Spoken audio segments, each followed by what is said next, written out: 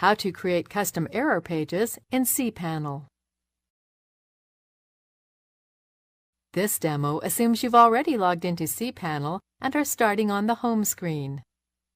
Now let's learn how to create custom error pages. Click the Error Pages icon.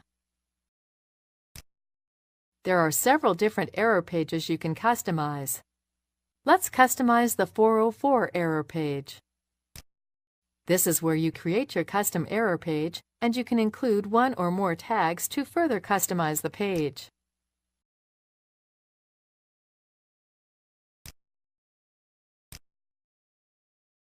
When finished, click Save. That's it. The custom 404 error page has been created.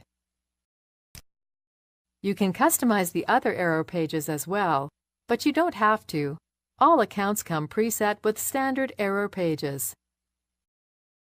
This is the end of the tutorial. You now know how to create custom error pages in cPanel.